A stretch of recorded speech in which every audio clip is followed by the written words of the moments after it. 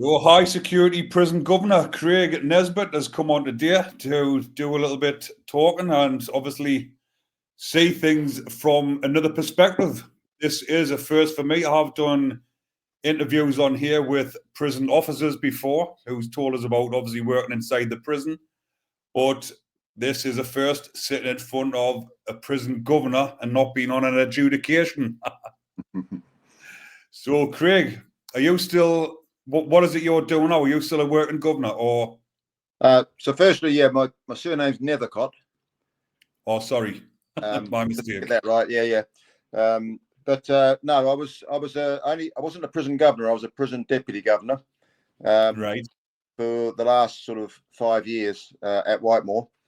So I've retired now. I retired end of June, and after about 31 years in the British prison system, and I did 7 years in New Zealand prison service as well. So a fairly long time working in jails. So I can imagine if your last role was working inside of HMP Whitemoor for 5 years, you must have seen a very lot of different cases inside of there as well. Yeah, well, in total I was 15 years at Whitemoor. I was just the deputy governor there for the last sort of 5. But yeah, I went there as a Band 8 senior manager and worked around the different functions before making deputy governor. So yeah, I did. You do meet a lot of interesting characters, and it's a whole different world really. I was only used to, prior to that, Category C and Category B local jails really. So going into the high security estate was quite an eye opener really. So with your role as being like a deputy governor, what did that entail? Did you have to obviously do the adjudications, or were you running the prison? What does that role entail? So basically, yeah, it's a real sort of a team job with the governor and the dep work together, sort of divide up the work between strategic and operational and take turns at stuff. But as far as adjudications go, there was no real requirement for me to do them, other than it was a good way of just sort of keeping my hand in, and also just a good way of checking that the standard of adjudications was up to it really. So I used to do them about once a month, but the operational managers tended to do the bulk of them. And as far as I know, obviously we've only briefly spoke by emails, and we just briefly spoke before we come on to do this video now.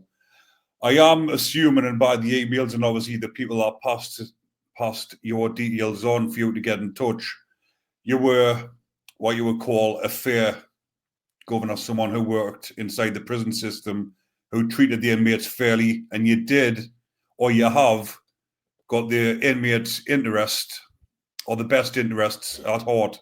Is that true? That's very true, and but I think that's true of many prison staff. From officers up to senior governors. We all want the best for prison. We all want to try and rehabilitate them and get them out. It's just not always that easy to do with the 1,000,001 things that sort of take over your daily life, really. But yeah, most staff have got their heart in the right place and want to do the right thing. And of course, it's in our own interest to do that, because an unhappy prisoner will create problems. So it's in our interest to treat them decently and fairly. Because there is a lot of people under the assumption that all prison staff, all governors are absolute bleeps. I'll try not to swear. Yeah. But obviously that's not the case. So I've come across quite a lot of staff, especially in the high security prisons when I was in HMP Fratland. In there, you call the staff by the first names. The screws, as we'll refer to them as, you call them by the first names, and you do get on quite well. There will be people watching this saying, like, what are you on about talking to screws? Prisoners don't talk to screws. Big time gangsters in the high security estates talk to screws. Get on with the screws. You've got to get on with the prison officers just to make your time easier. So just thought I would say that before, because there will be a lot of people in the comments saying, like, why do you talk to screws, or why have you got a governor on?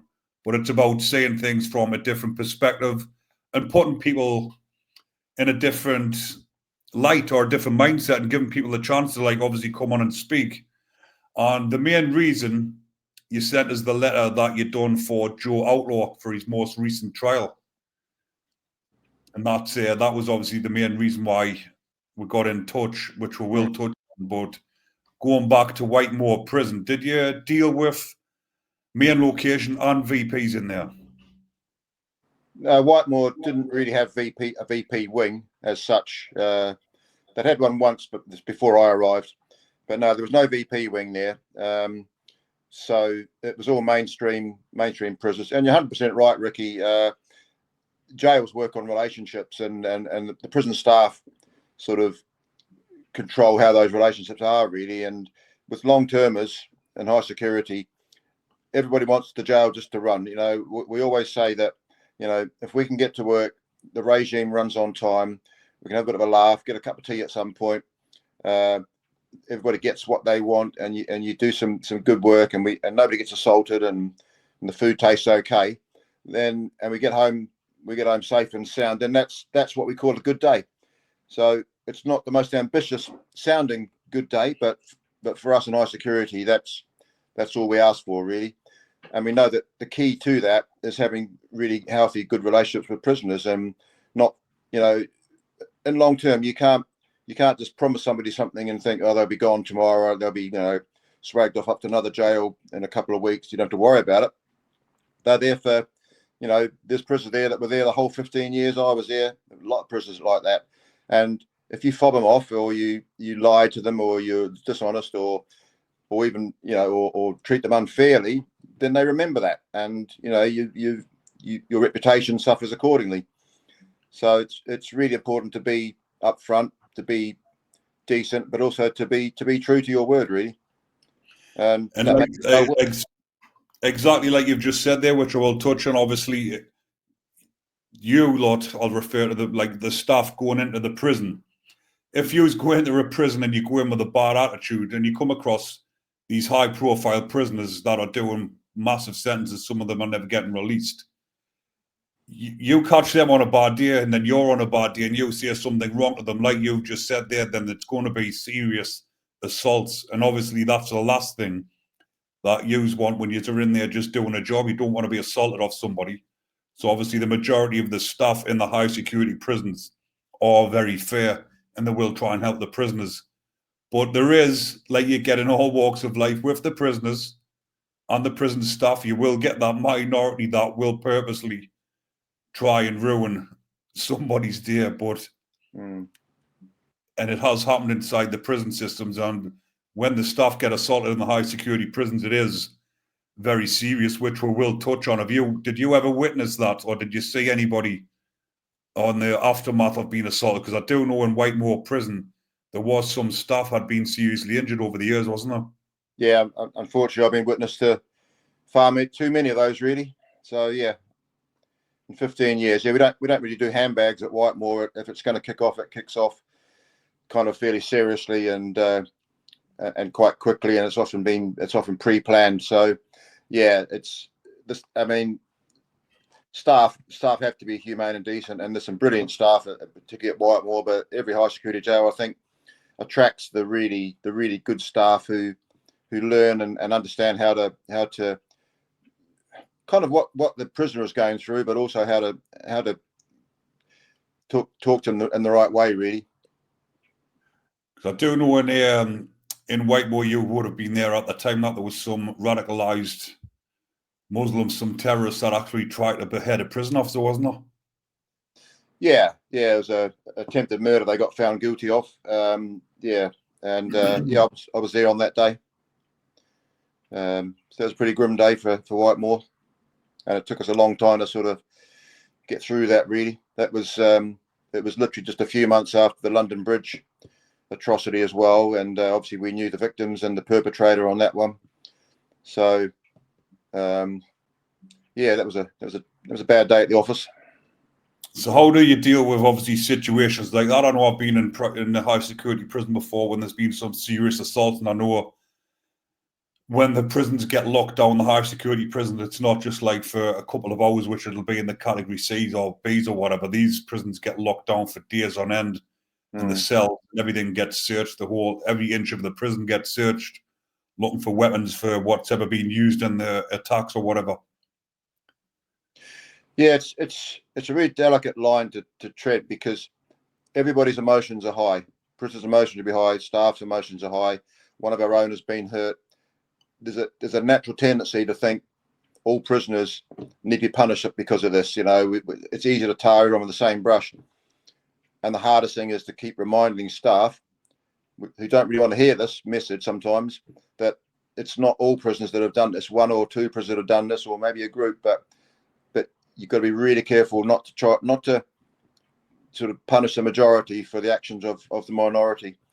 It's a really hard thing to do, to try and keep that objectivity and professionalism, and and still make sure that everyone gets their entitlement and everyone's treated decently.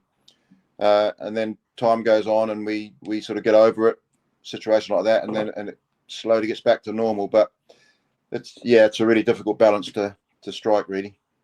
It's like you see, if the officers react in a, shall we say, in a bad manner after something like that, then it's going to antagonize more prisoners. Then there could be more attacks from that. So I can imagine, obviously, the feeling that it must be for the prison officers being on the wing, thinking that they could be come under attack at any moment. So I'd imagine they are quite careful in which way they approach a situation afterwards, something like that. Yeah, they have to be. And the prison will often end up in the segregation, well, usually in the segregation unit. And I mean, my experience of segregation units and the staff in them has been pretty positive on the whole. I mean, they're taking guys off the wing who have just done a really bad thing, and they very quickly build, a healthy relationship. They don't, in the main that I've seen, don't punish that person, and they do quite an incredible job, because they take a lot of flack, they take a lot of abuse, particularly in the first few days, but it can go on for weeks sometimes. And I mean, staff do this in every aspect of the job, but particularly in the segregation unit, you can be, you can unlock the door and get assaulted in the first part of the morning, and in the afternoon you could be, bursting into that cell and wrapping a bandage around them because they've cut themselves. You could have them crying on your shoulder. You literally having to be a different kind of person to that prisoner, all in the space of a few hours or one day. It's not the easiest thing in the world to show compassion for somebody who's tried to assault you a few hours beforehand. But I've seen that happen time and time again by ground floor staff, and it takes some doing. But that's where the really high quality work goes on. It's at that level. It's like you say, you're in there as a duty of care as well. So obviously, a lot of prisoners, obviously some of them that I've just described there, I just mentioned, purposely went out to do that attack for whatever ideology reason they had. But there is prisoners that are suffering seriously bad with their mental health, who lashed out, probably not even meant to hurt the staff, and then try to hurt themselves later on, like you've just said. And then if then got to go in and try and save that prisoner's life. So yes, that must be difficult, going from one extreme to the other. Probably going from one extreme, like thinking that you want to bash this prisoner up in the cell, to then going in and having to wrap him up and take care of him. Mm-hmm. Yeah, it is difficult, but it's what marks out the really good staff from the more average staff, or the ones who don't care. And you've got good and bad on both sides, Ricky. There's some fantastic officers and there's some not so good officers, and it's the same on both sides, really. So how do you think the prisoners, if I was to ask a prisoner who knew you whilst you were in there, to say like, oh, what kind of governor do you think Craig was? How do you think they would describe you, or how would you like to have been described? I think I was approachable. I was fair. I never put myself on a pedestal. I always just thought, well, that could be, I'd sort of try and think, if that was me, how would I be behaving or reacting? And when you hear some of the stories, more so in the Cat C's and D's, but it's a fine line between people who end up in prison and those who end up with the keys, I guess. A lot of prison staff have had colourful lives, and have sort of brushed with getting the trouble, and actually I think that makes them better officers, because they can empathise with prisoners. They can say, well, actually that's not a hell of a lot worse than I did, well, on the rugby field, for example. But it's a fine line. I think as long as you keep that kind of humility in place, then I think if they would describe it. I mean, everyone wants to be called firm but fair, really. You don't want to be seen as a soft touch, but you don't want to be seen as a sort of a Mr. Mackay either. So, yeah, firm but fair is, I think, what most of us aspire to, and decent. Having a chat and getting on just makes the day go that much more pleasantly and more smoothly. So it just makes sense, really. I think what a lot of people watching my channel as well, because obviously with me being high security prisons, I've done stories and that in the past as well.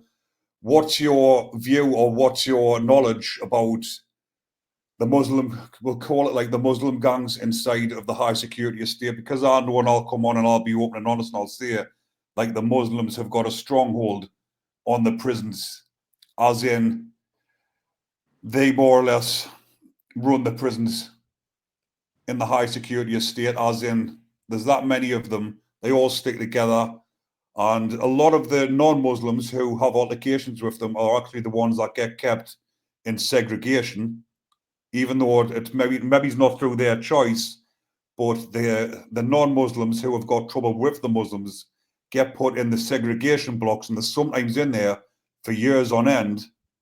What's your knowledge and about that information?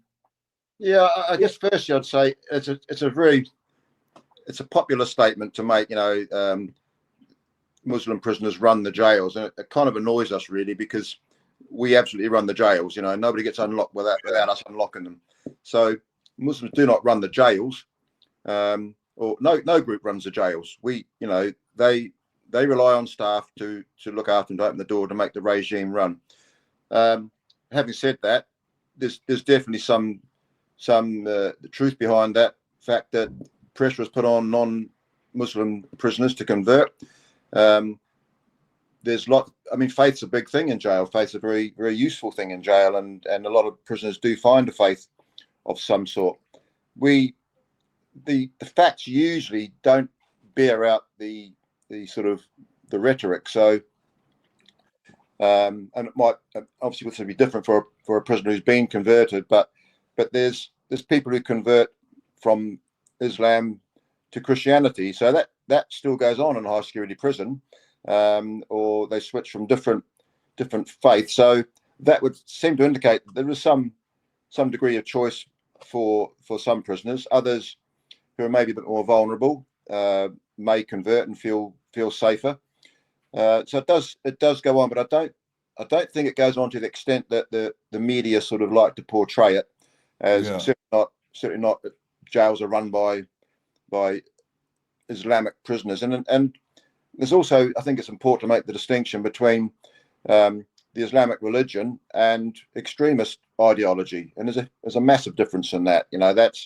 That's people who have taken a religious text, and that could be the Quran or the Bible or any other religious book, that they can take bits out of that and interpret them in any number of ways. And so it's important to remember that the ones who are converting in the wrong way and teaching the wrong things from those books, it's that ideology, it's that kind of radicalism that causes the damage, not the actual religion itself. Can be misinterpreted.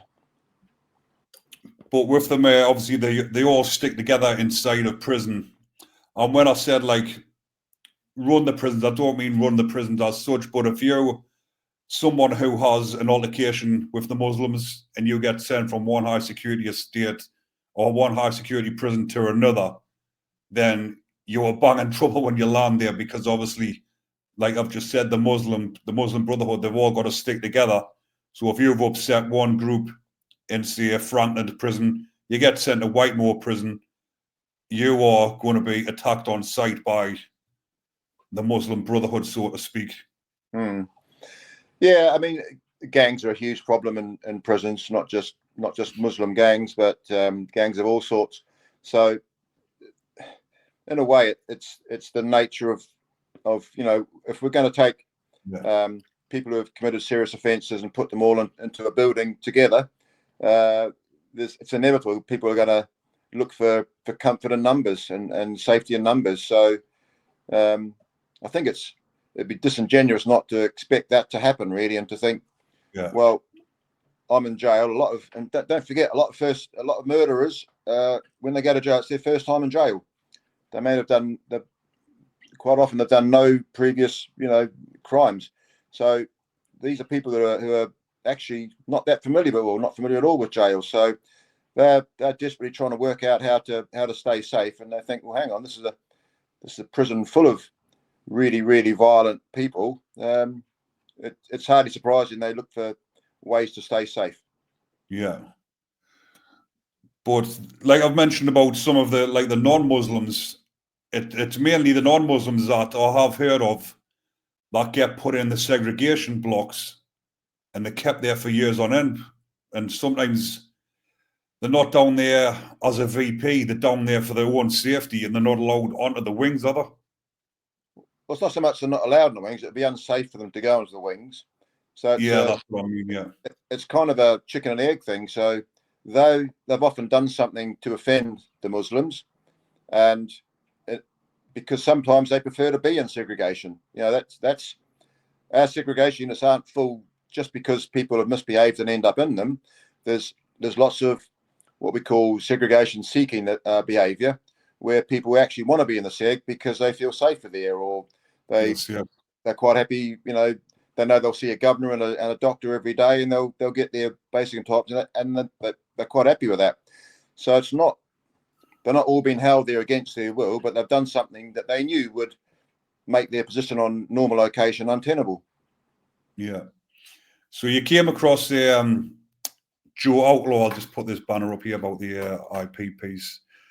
So you came across, I'm just going to put that up on the screen, the IPP Prison Sentence scandal. You came across Joe Outlaw, and was it in HMP Whitemoor when you first met him?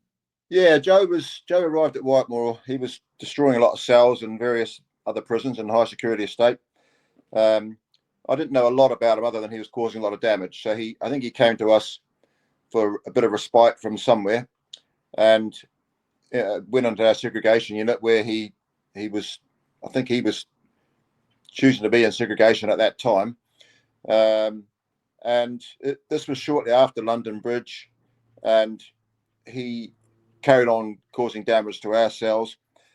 Maybe I can't remember the exact time. It may have been just after London Bridge, and he was just carrying on. And then in the end, I think I was running the jail at the time. I can't remember, but I said, look, had enough of this bloke. He's just causing us too many problems, and we've got enough things to deal with in the aftermath of what happened.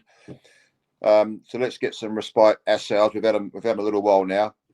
So we arranged a transfer to move him. I'm not sure where he was going, but he started smashing the van up once he was on the road, and to the point it had to turn around and come back to the prison. So I took the call that evening to say, yeah, Joe Outlaw's smashed his van up and he's back in the jail again. So I wasn't best pleased. And I got to work in the morning, and I had a letter from Joe, and he was basically saying, can you organise me a transfer to another prison to visit my mum who's very ill? And of course, my first thought was, well, why would I want to do that with your behaviour at the moment? So anyway, I went down the segregation unit and got Joe into an office, and we sat in there for quite some, probably about an hour or so, and had a very honest and open chat. I told him how selfish I thought he was being, how there was more to what's going on at Whitemoor and what's going on in the prison than just Joe Outlaw. And to be fair, he sat and listened. He listened to all that and took it on board. And then he started to explain why he was behaving as he was, and his sort of background and the IPP thing. And it's a funny thing, I guess, but we don't, as prison staff, we can spend a whole career in prison and still not understand that much about the sentences themselves. So we don't understand, how they work out the tariffs for life sentence prisoners.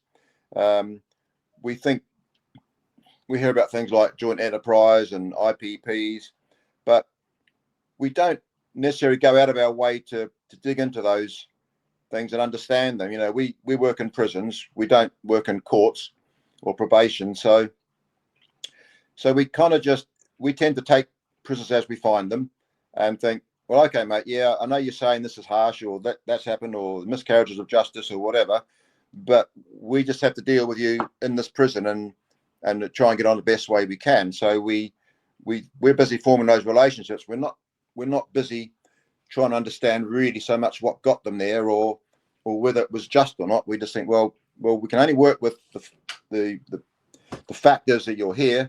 You've been convicted of this.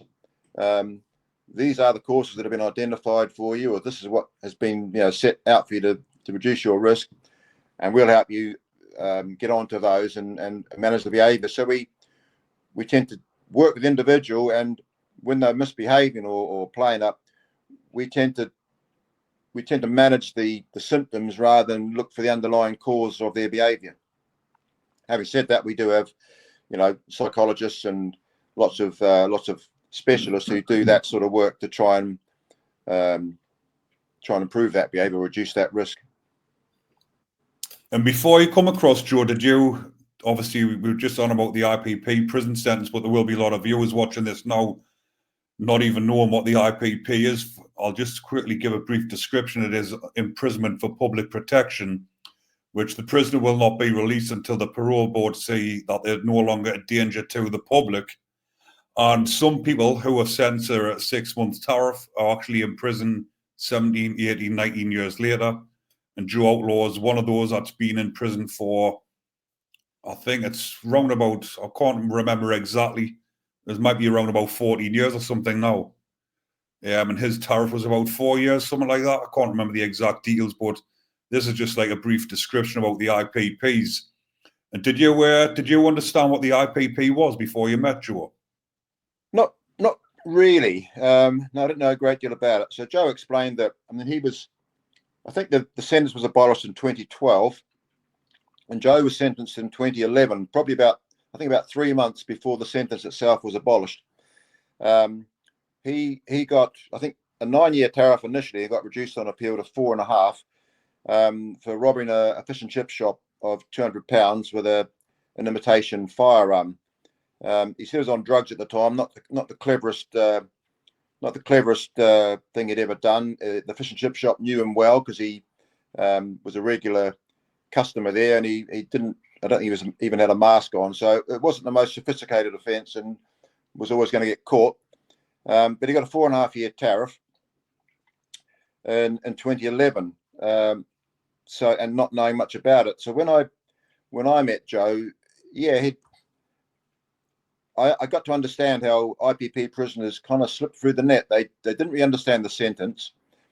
There was a lot of them in for all sorts of different crimes. I think there's about up to 130 different crimes that, at the time the IPP sentence was in use, judges kind of had to apply the IPP sentence for that 130 list of different crimes.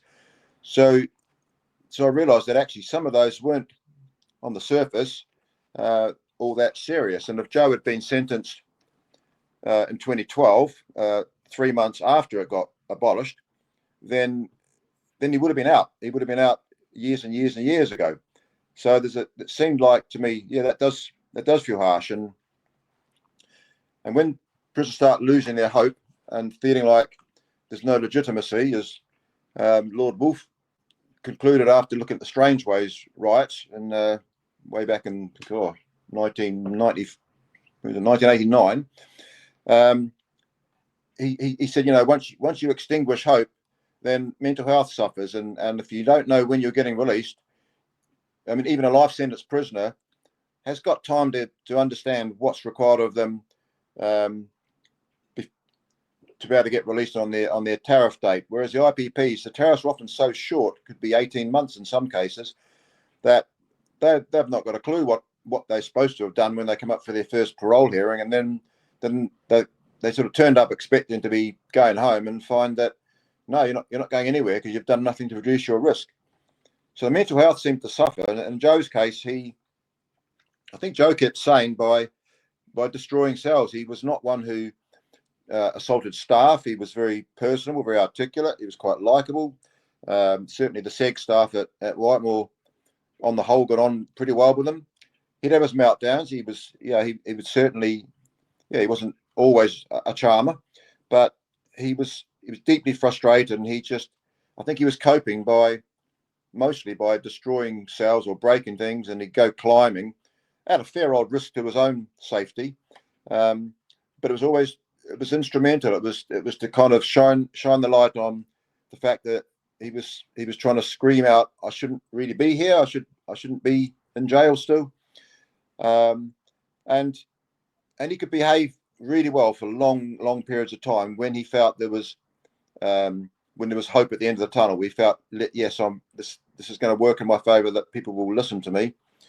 I mean, we agreed that after I listened to his story, I said, look, I'll try and get a move to this prison, but you're not going to be an easy sell. Nobody's really is going to want you because of all the damage you've caused. And he understood that. And I said, but I will try. But you're going to have to meet me halfway and stop, breaking things in the SEG at Whitemoor. And we got a shared enjoyment of music. We talk about music and stuff. So that was interesting. He managed to get a guitar from the chapel, and I got one of my senior managers who was a really good guitar player. I got him to teach him a few chords, and it was good when I met up with Joe more recently to find that he's now turned into quite a decent little sort of singer, songwriter, guitar player. And yeah, I've heard some of his music. It is quite good. It's really good, and a lot of it is IPP focused. He's kind of almost like, I guess, protest songs. But yeah, he's found some sort of escape in that. So instead of lashing out, he's now obviously bringing it out through his music, isn't he? Yeah, he's a very creative bloke, and he's got lots of talents. But he's deeply frustrated. He doesn't understand why he's still there. So he's taken a huge risk, or he has taken a huge risk by smashing up cells. That's not going to, in a way, reduce his risk. So the parole board are going to say, well, you're busy doing this. And this, I think, is a situation for a lot of IPPs now. They're being held in jail. They've been denied release by the parole board because of their behaviour in jail, which has been caused by the lack of hope. Their mental health has suffered because of no idea of when they're going to get out, what they need to do to get out. And, surprise, surprise, they start misbehaving, or they get mentally ill. And there's some really tragic cases, of people still in jail who are just so damaged now that the parole board won't release them, even though they're, over a decade past their tariff. They won't be released because they're too unpredictable or dangerous to be released, which is the direct result of the hopelessness that they've felt. So it's a real sticky situation. And I'm not saying they should automatically be released, everybody, but certainly you would think with a bit of imagination, a bit of resource, support networks could be put in place that might not mean you release straight away, but they can start to work with these individuals, say, right, this is the direction of travel for you. And the support is then in place when they are released, whether it's in, however they do it. But it just feels like that would be a much more humane and a cheaper alternative than just keep them in prison for how long? Because once you're mentally ill, it's very hard to get out of that. So, but that's what they're doing now. They're using, when they're coming up for the parole board, they're saying that they're no longer a risk to the public, but they're a risk to themselves because of the mental illness. But the mental illness is caused because of the IPP. So how can you keep somebody in prison that's in there because of an IPP? It's just absolutely, you can see how frustrating it must be. Yeah. And a lot of them turn to drugs to cope, but then that drugs is a reason why they're getting kept in. And I can understand how they must feel despair, because obviously I was IPP myself. Mine was terminated last September, but I'm someone that I know how to control my emotions and control my head, and obviously do things the right way. But somebody who can't physically cope with situations like that, who have got mental health problems, you can understand how they lash out at the smallest thing, or Yeah. they keep getting knocked back and they're lashing out, and they're doing things like Joe's doing, which is not helping them in turn, but it's to do with the sentence. Or how can you keep somebody in prison on an IPP who's in there suffering because of the sentence, but they're no longer a risk to the public? It's absolutely outrageous. It's a difficult situation. I mean, lifers themselves, convicted of a murder, say for example, they astonish me.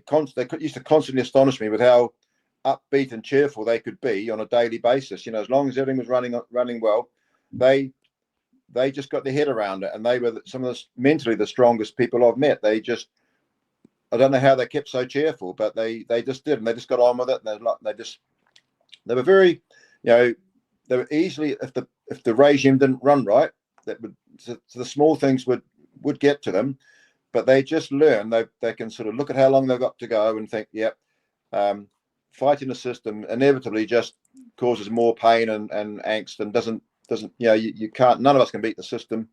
So they got their heads around it, and they became really strong mentally.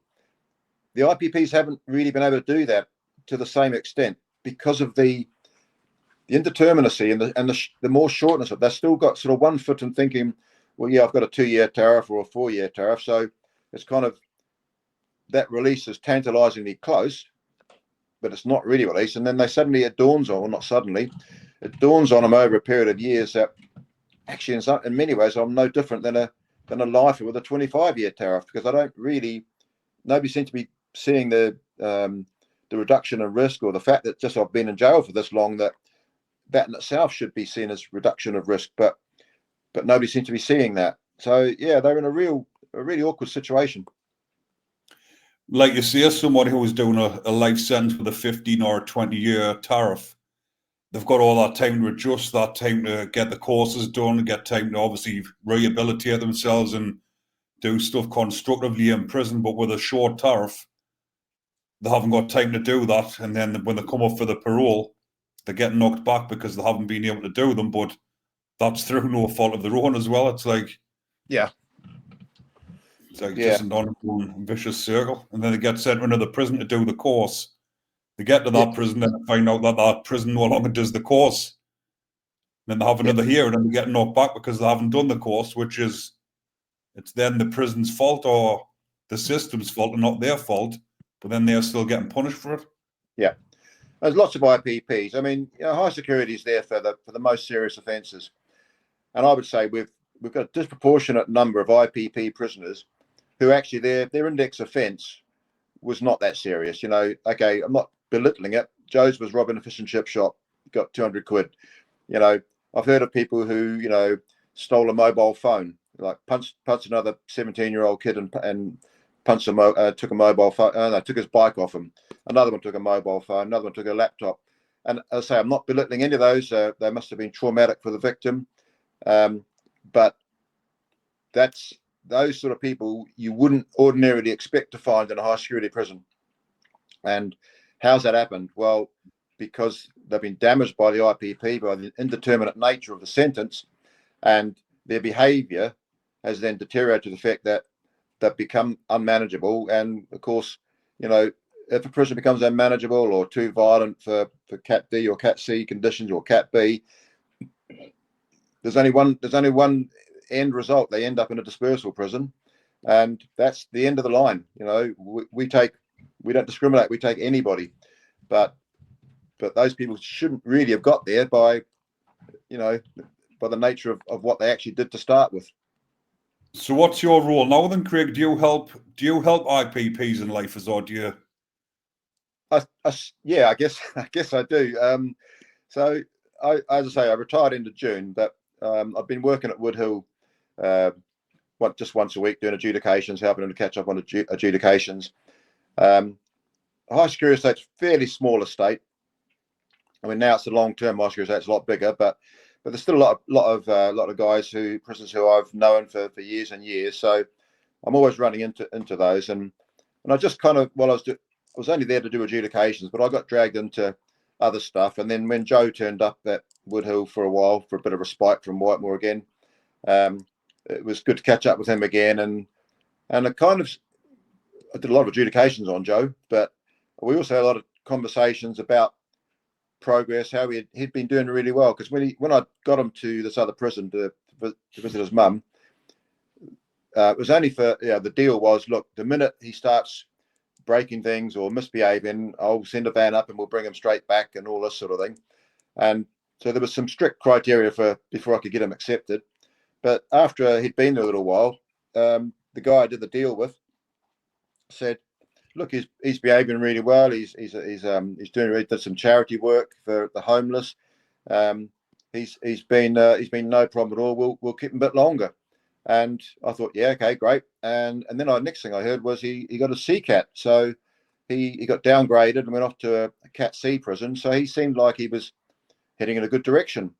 That's the last I heard of Joe. That was like, okay, that's the nature of my job, really. I tend to get involved with, I guess, the troublemakers, or the ones who cause the most problem for the prison. And if we get them, or once we get them, hopefully back on track and in the right direction, and they start moving forward, then I lose track of them and I go on to the next person. So I thought, yep, great, job done. He's heading in the right direction. Who's the next person the next few I'm going to be sort of focusing on?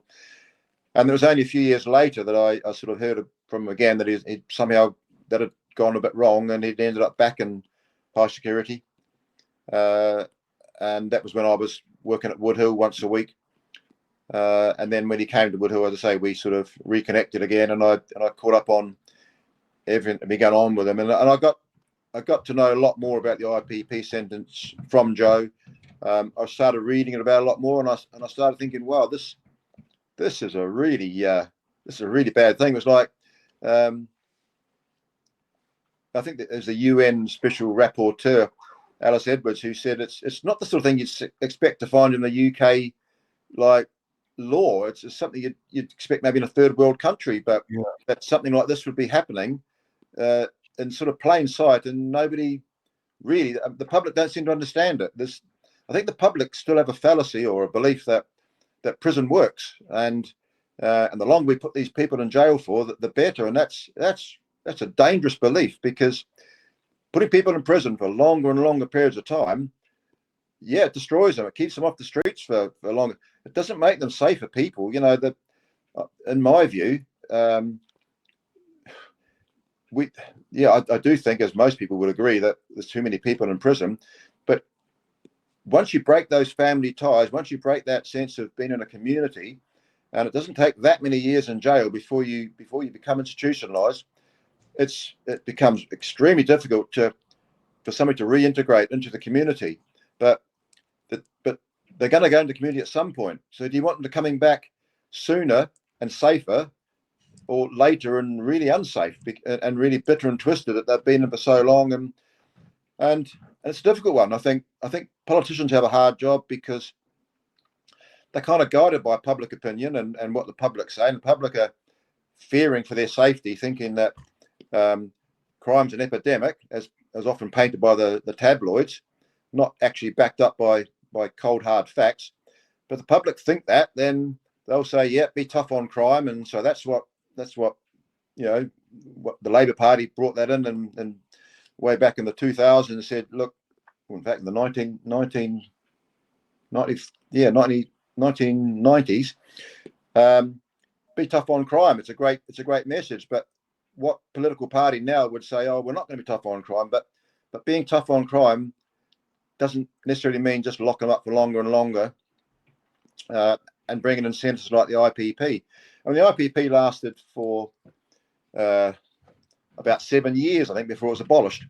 And the fact that was in 2012, the fact that so many men and women are still in prison on IPP sentences, it is a bit of a scandal, and something does need to be done about it. And it beggars belief that this is still going on. And I think the key is not, as I say, political parties want to stay in power, so you can't blame you can sort of blame them, but it's a difficult thing for them to say we're going to let a load of supposedly risky prisoners out, which they have done incidentally by the early remission. With the early release scheme, yeah. So they have done that.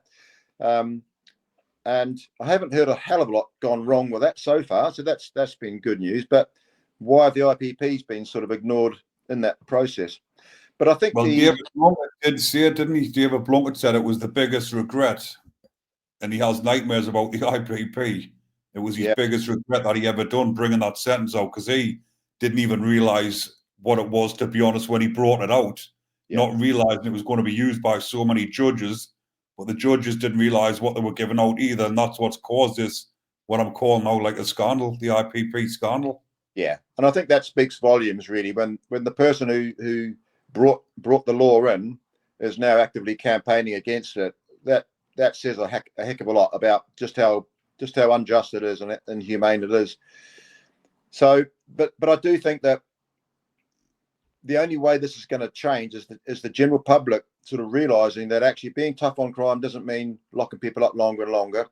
And when we all stand up and say this is wrong, we don't want this in a civilized society. You know, there's a famous saying about, if you want to look how civilized a country is, go into one of their prisons and see how they're running.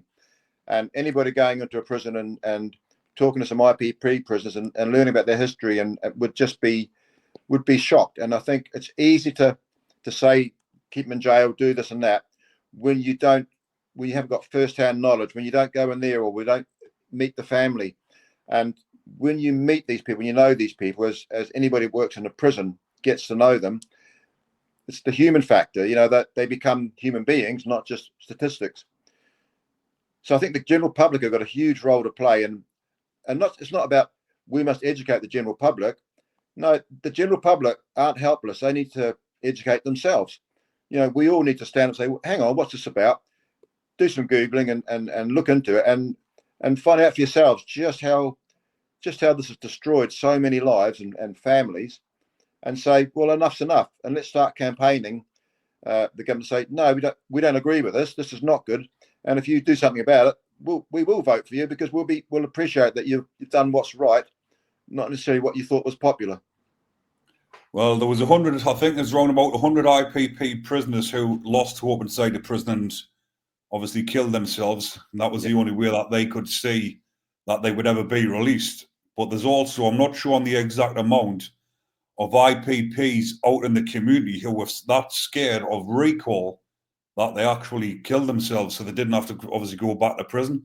So that's how bad and dangerous and scary it is, even being released and being out here on an IPP license.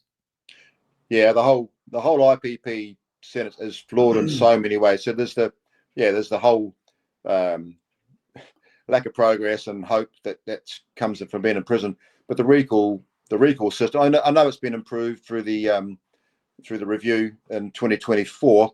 But for me, that was I guess it's good. It's going to help those that have not been recalled, that have been let out. But it was a small step. It's a significant step. It's a small step, but it needs more than that. And for somebody I've heard a case where one of the IPPs who was so worried about getting recalled, he was almost at the end of his recall period, still committed suicide because he didn't have faith that he wasn't going to get recalled.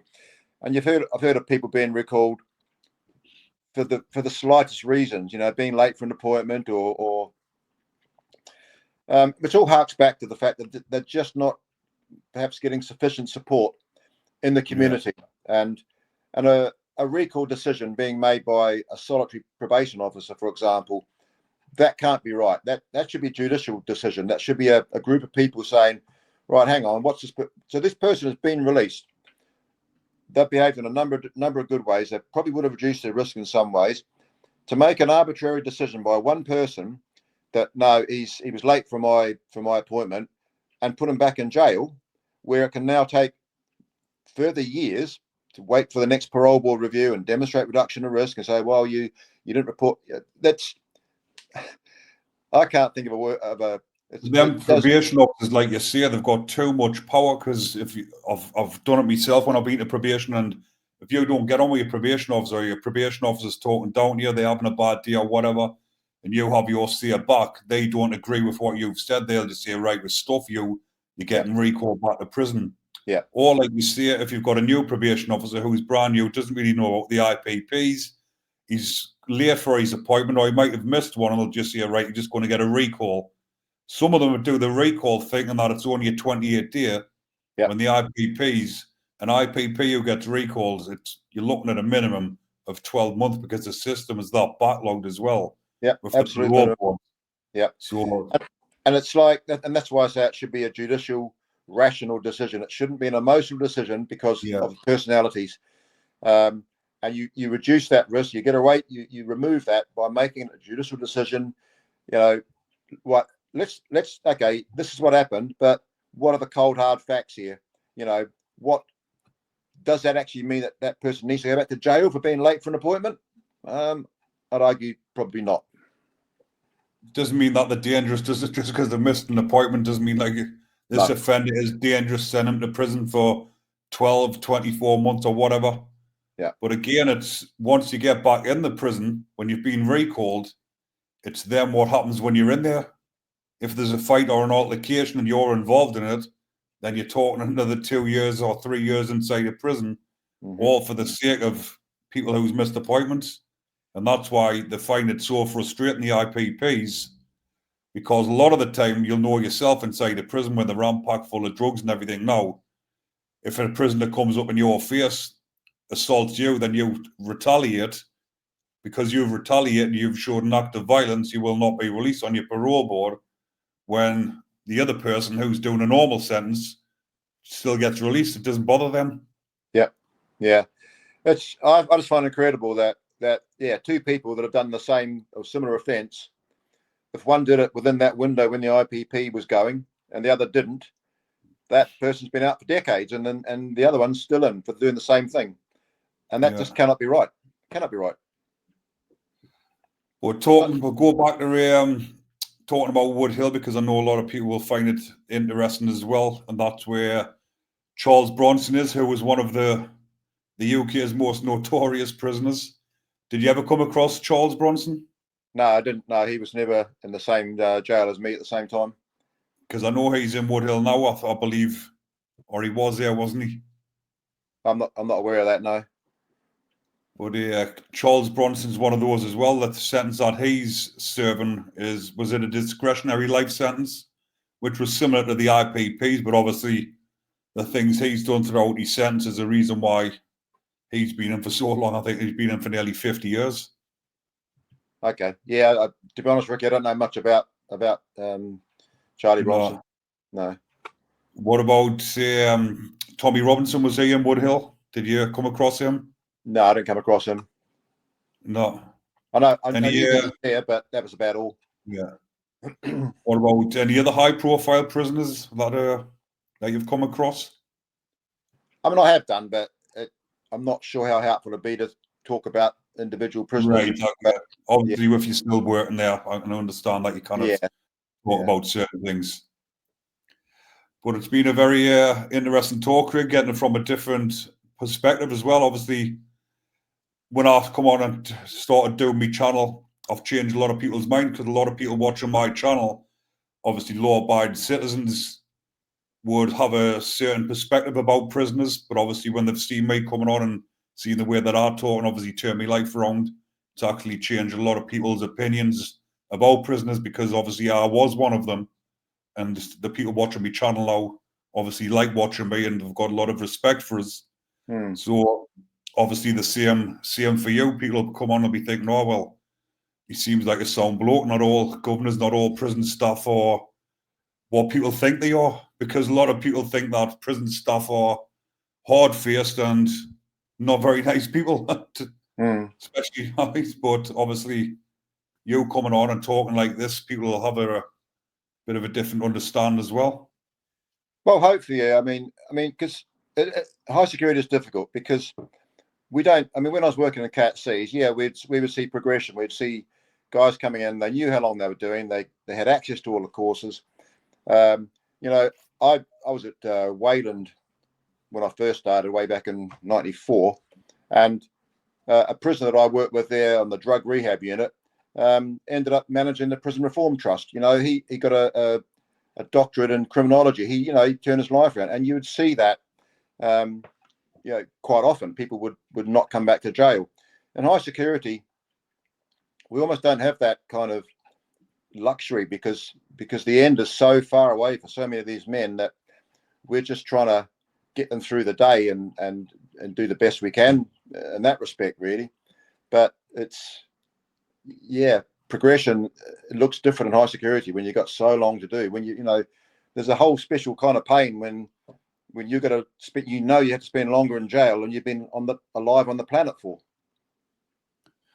I can imagine you've come across men in the high security prison as well, obviously, who you've built up a good rapport with. That you see they've made a bad mistake in their life, but they've got to suffer for the rest of their life for it.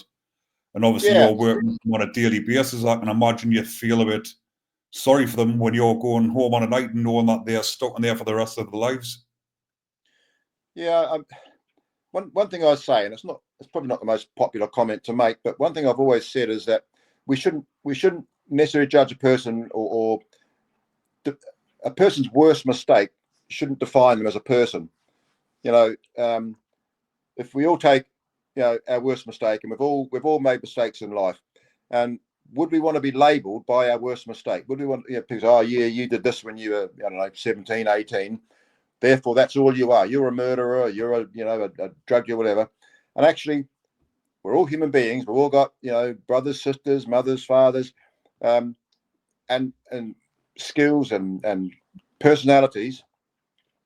We shouldn't be defined by our worst mistake, because making mistakes is human. So I think it's just really important to remember that.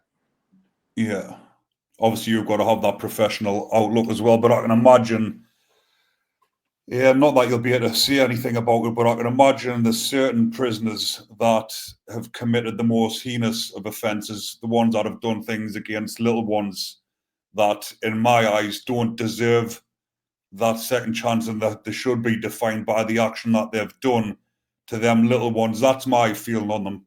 And I'm not going to ask you, obviously, because you're professional, but I can imagine how hard that must be for a professional working in them circumstances, having to be professional with somebody who the general public absolutely despise. But then obviously the staff inside have got to look at it from obviously their role as their job. Yeah, and all I'll say to that is, there are some amazing staff in prisons who do an unsung job every day of the week. They do amazing things. They keep people alive. They treat people with decency. There's a whole cohort of staff who work with the sex offenders, and they do an amazing job as well. I don't know how they do it, and from my point of view, Ricky, all I'll say is I've just avoided working with sex offenders as best as I could, which I've been quite successful at, because it's not a group I particularly wanted to work with. But I know there's some staff who have taken that on, and it's at great emotional cost for them as well, because you're going to hear things you don't want to hear, and I don't envy them at all, but they're doing what they can to stop those people from offending ever again. So that goes on in every prison, and stuff like that all over the country. And it's just, staff do some amazing stuff. Yeah, I can only imagine, like I say, because I cover a lot of them type of offenders on this channel. Okay. Because obviously that's what a lot of my subscribers and viewers like to listen to. I do talk a lot about the prison justice, about when these type of offenders get what I call prison justice, the likes of Ian Huntley, Belfield, them type of prisoners, which get a lot of, shall we say, obviously notoriety. But I can only imagine how hard it must be for the staff who've got to work with them type of offenders and be like professional about it. Yeah, it is difficult, and it's easy to say, harder to sort of do. But say, well, we shouldn't judge people. None of us are in a position to judge anybody else. And an eye for an eye makes us both blind. But there is a pecking order in jails, as you well know, and we all know who's at the bottom of that pecking order. And it's, again, human behaviour. I guess And I guess particularly in prison, prisoners kind of like to have somebody that they can look down on because they're not feeling maybe great about what they've done themselves. Yeah. So it's kind of human nature, but yeah, it's difficult.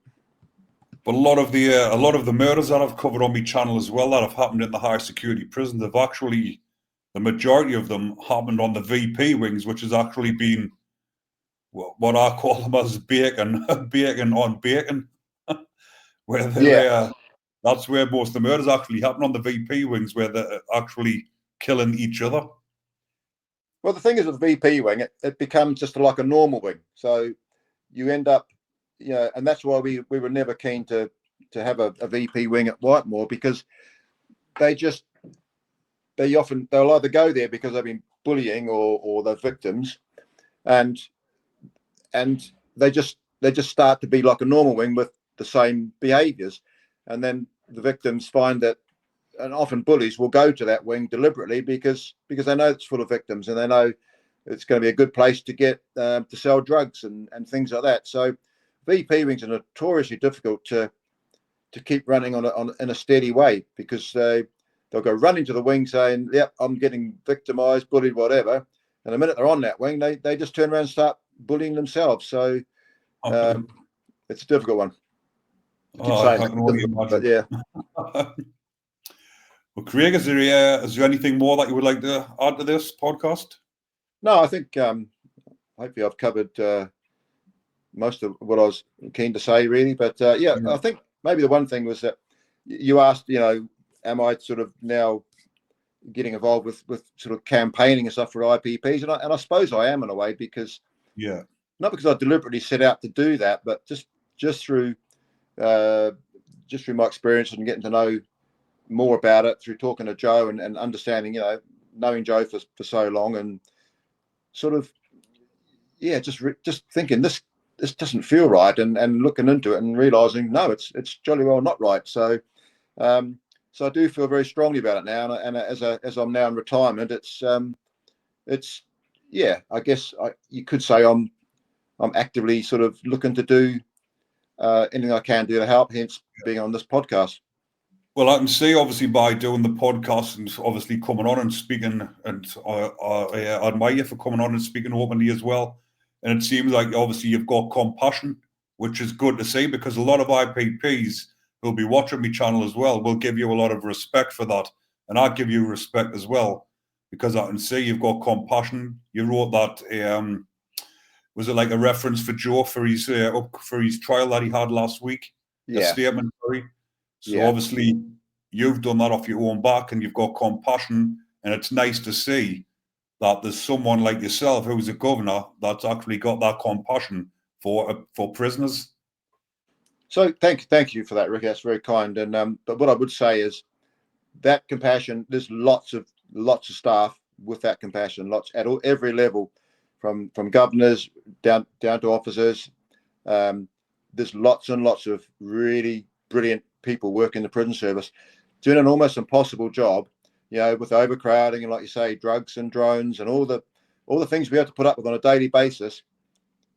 There's still staff who go that extra mile and are able to just do something to try and help the prisoner's life be a bit better, and don't judge them. So prison staff do an amazing job. I can't sort of say that often enough, really. And it's there's plenty more like me. Yeah. But again, Craig, it's been a pleasure speaking to you. Like I said, it's a first. I don't think there's many podcasts out there where an ex-prisoner and a governor or ex-governor has come together and done a podcast and talked about a few different topics, mainly the IPPs. Yeah. So thank you very much for coming on. And we haven't even fallen out, Ricky. And I haven't even had my adjudication yet. Yeah. No, it's been a pleasure. Nice to talk to you. Right, brilliant. Thank you very much, mate. Take care. Cheers, and you too. Bye-bye. Bye-bye.